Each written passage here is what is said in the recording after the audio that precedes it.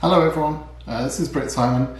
So I want to give you an update to hopefully increase the understanding about case numbers, selectee numbers and all of that. I'm getting a lot of questions at the moment about, will my number be safe? This happens every year. I understand the concern and why people are asking these questions. But I keep having to give the same answer, that it's too early to know anything. And I think people are sort of, perhaps not letting that sink in somehow. I don't know. So I want to explain why it's too early, how case numbers work, what's the selection process, the draw process, etc. And when we'll know some more information. So that you'll be able to make plans and understand, generally speaking, when we'll be able to say something a bit more concrete. Okay, so I've got a couple of presentations to show you. I've been drawing on a whiteboard to try and make some points, and we'll have a look at that. And then at the end, I'll just address a couple more points just to sort of clear that up and make sure that everybody understands, what the situation is. All right, let's do that now. Okay, the first concept that I want to talk to you about is that the numbers are specific to each region. That means that in AF region, you can have AF number 1, AF number 2, AF number 3. And you can also have, in any of the other regions, you could have EU number 1, EU number 2, and EU number 3, and so on. The numbers go out to a different range in each region, but the numbering starts at the same place in each region.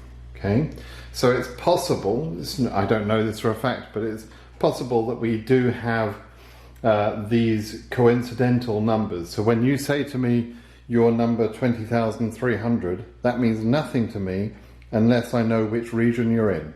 Okay? So that's the first concept.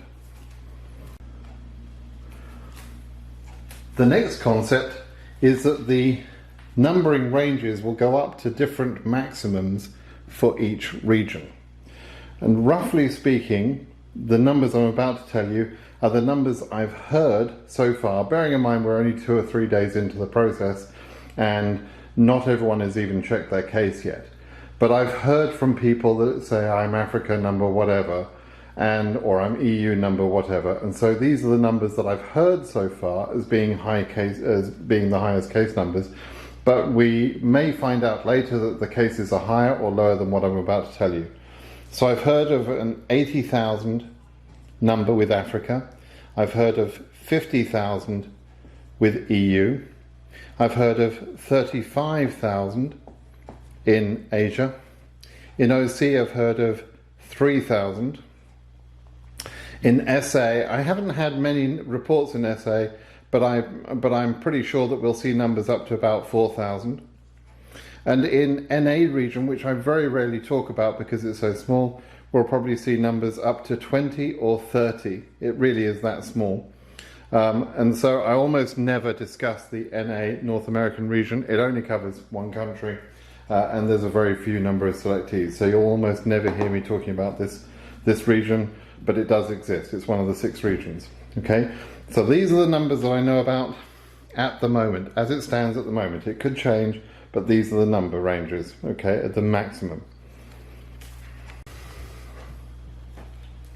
Okay, let's talk about the draw process. How does that work? Because this is something I've written extensively about, but people don't seem to understand it still, so maybe this visual will help. So, during the draw process, which happens before the announcement of the results, every entry within a region is given a number value, from starting at 1 and ending up at whatever number it is. So, if there are 10 million entries, for example, the last entry, when numbered randomly, will be given a number of 10 million. The draw process is not in the order in which people enter. It doesn't matter what day you enter. It's not like if you entered on day 1 you get a low number. It doesn't work like that. the process is random. It's a random assignment of a number between 1 and 10 million, let's say, if there are 10 million entries.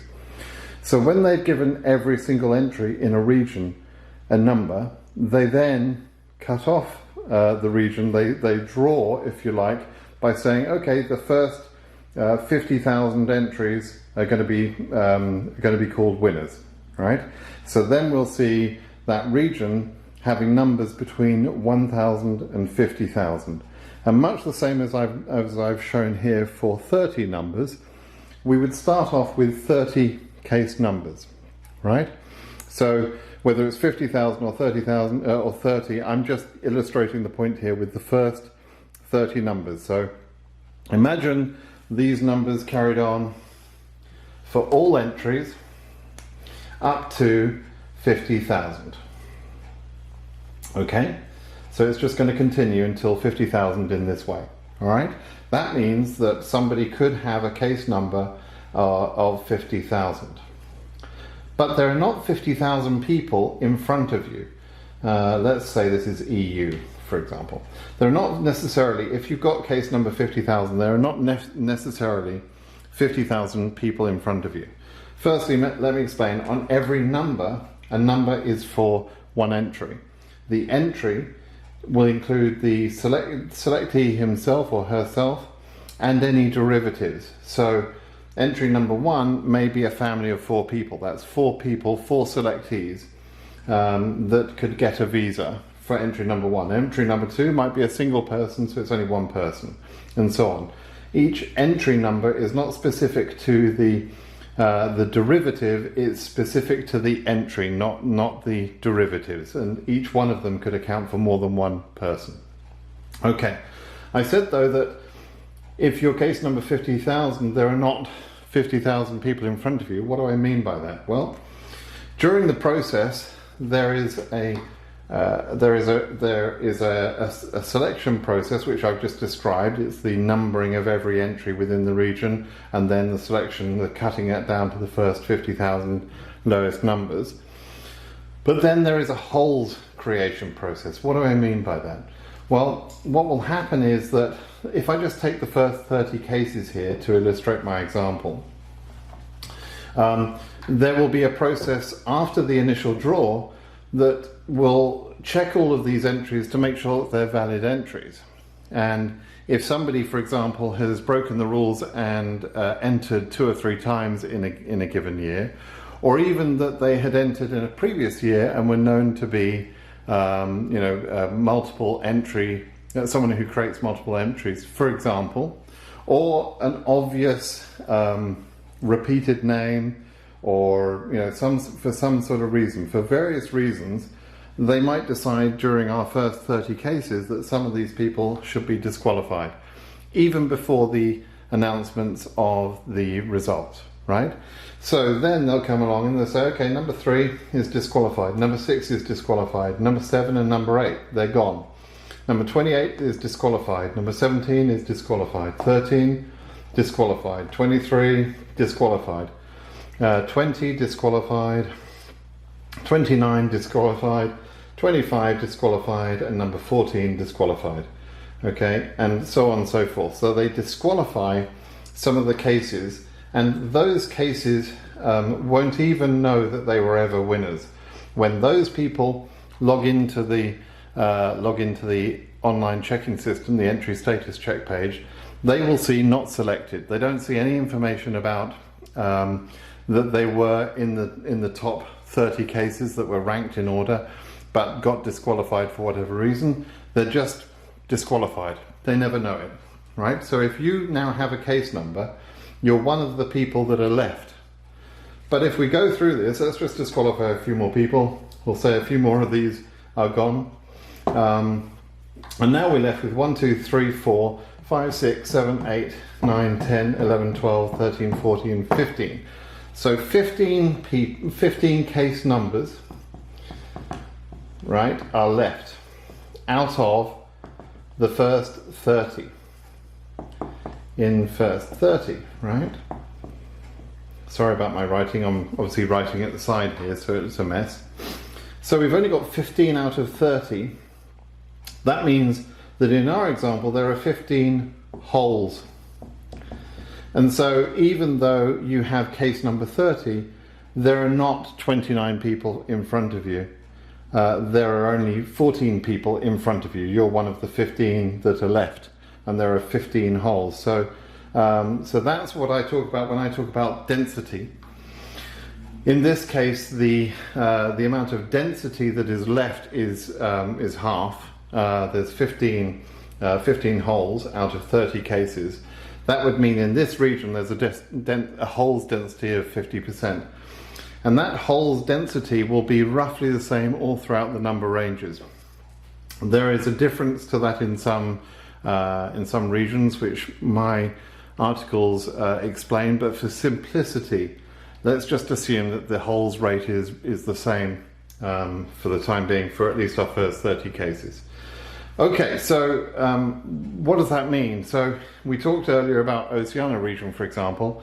If they have 3,000, a case number up to 3,000, I think about 75% of the numbers, the case numbers, will be holes.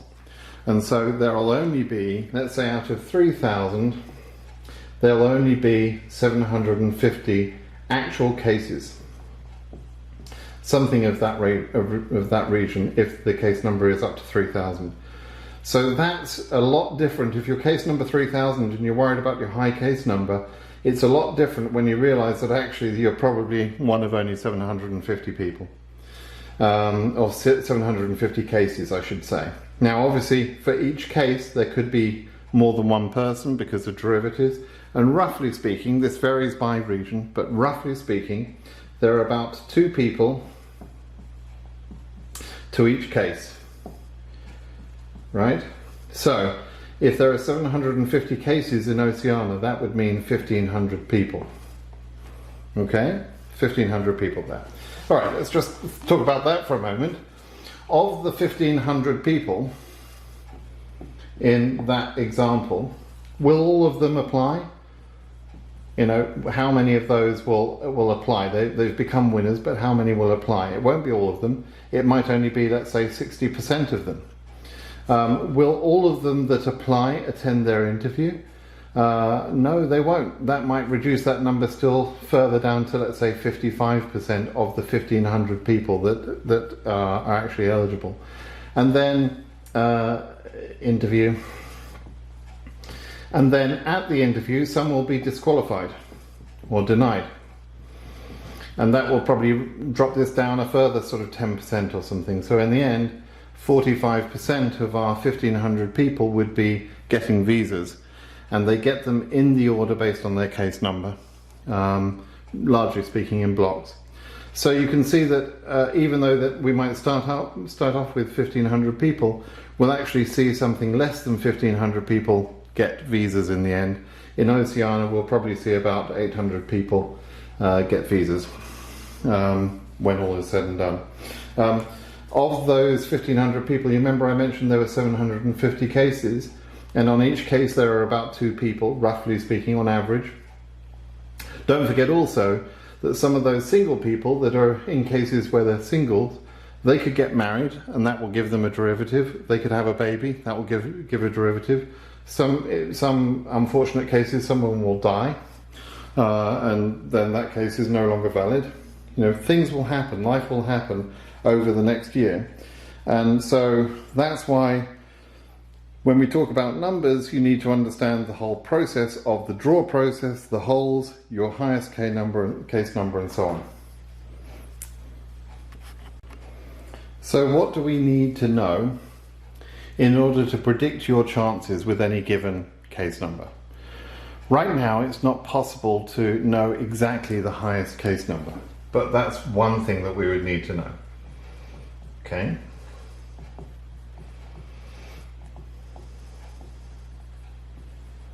And the only way we can know that at the moment is when people tell us the information, and they'll tell me via my blog, they'll go on other sites, etc. Some people will collect that and gather that information, but at the moment it's just by personal report. In January, I'll be able to get that exact data, and it'll be published There's a gentleman called Zartithius who publishes this information. I work with him to make sure that we have all the data we can possibly get. And in January of next year, I'll know exactly the highest case numbers in each region. But that's a long time away. Before then, in July, the Visa Bulletin will be published, and it will give a listing of how many entries or how many selectees there are, selectees by country.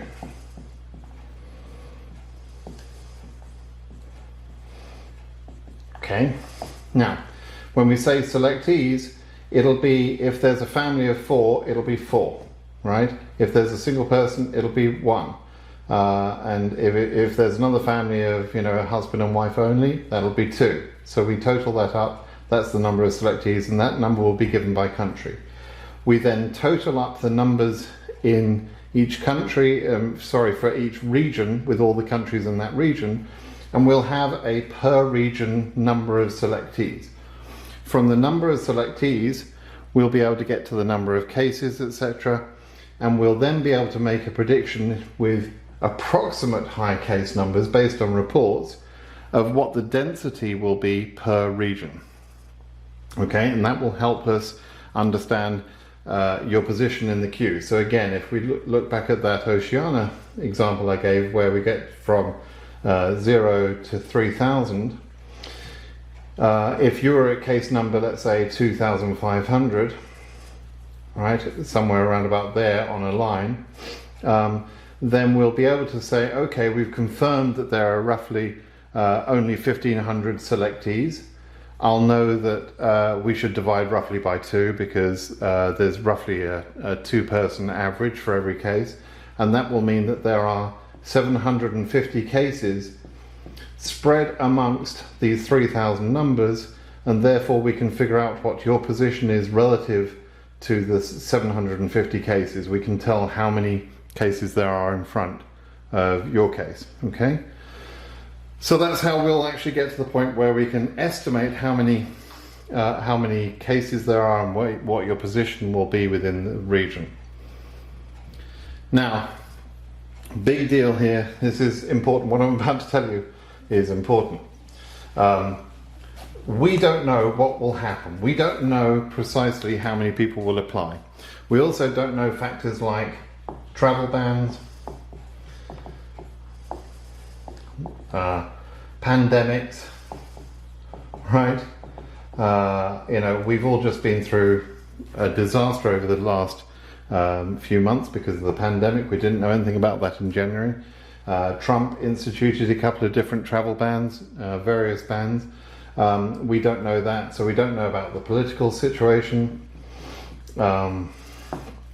There's various factors that will affect us during the time, and so although we can make guesses about how many people will apply, we don't know for a fact, and so all estimates from month to month, and especially long-range estimates, you should take with a pinch of salt, because they're all approximations, and they can be nothing more than that. So, at the end of the day, the most important thing is wait and see. Okay, that's going to be the biggest thing. You can get an idea of your chances, and you can tell roughly in the year where you'll be interviewed, but ultimately you need to wait and see. Okay, and everyone's an adult. Everybody should be able to understand that. I'm hoping I don't get thousands of questions asking the same thing. When will my interview will be? At times you just have to wait and see.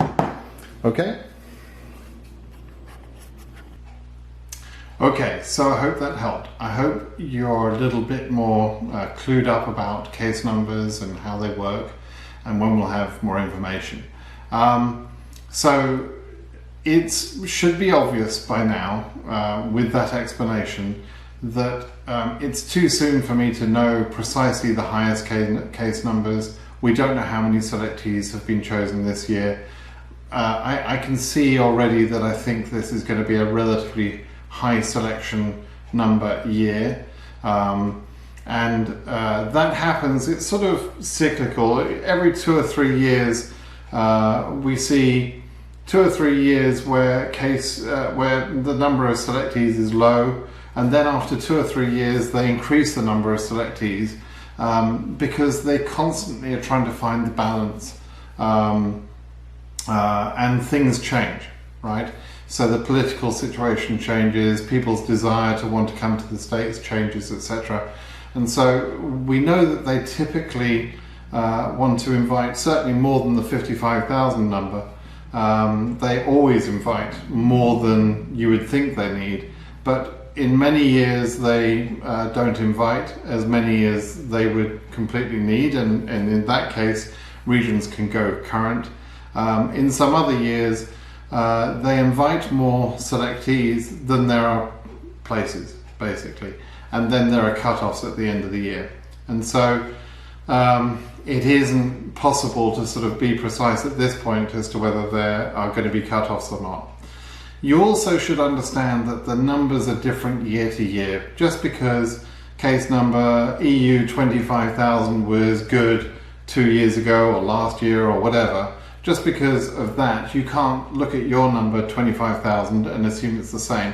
Things change from year to year, conditions change, etc. And last year in particular, there was a very dramatic change to the security procedures that increased massively the number of holes that are in all of the regions, not just Oceania, but South America, and Asia, Europe and Africa. All of them saw a massive increase in the number of holes. And if you've got this many people, let's say you've got 10,000 people, but you have more holes, that means you're going to have many more case numbers. So the case number in this year will look very different to the previous year, even though there may be the same number of people and the same number of cases. So you can't compare to previous years. It doesn't make any sense. And you certainly can't compare to DV2020, because DV2020 has been absolute chaos. We've had the pandemic, we've had various travel bans from Trump, and the whole thing's just been a complete mess. The number of visas issued or whether the region went current in DV2020 is completely irrelevant. It's got nothing to do with DV2021. And of course we can't predict what's going to happen next, right? So there could be travel bans, there could be, there won't be another pandemic, but the pandemic could continue. There could be a second wave, for example, and that could affect other countries.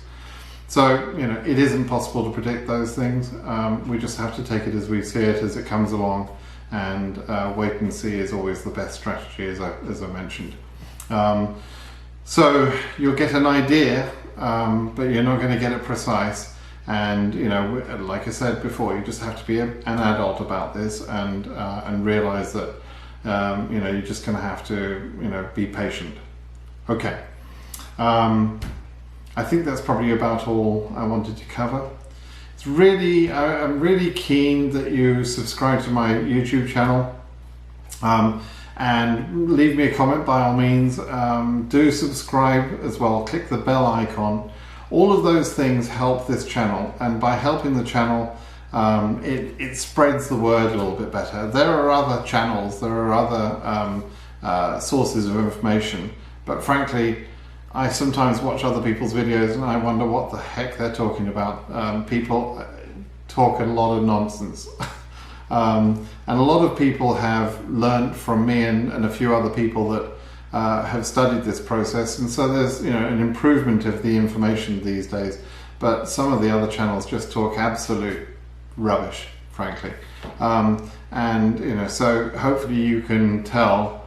I've been doing this a number of years. I don't think there's anybody that knows more than I do about this process. There's probably some others that know as much as I do. Just if you want good quality information, come to my channel, get to the source of information, go on my blog, etc., and get good information. That's all I wanted to cover. Subscribe, hit the bell, and come back and watch my next video. Okay? Thank you. Bye bye now.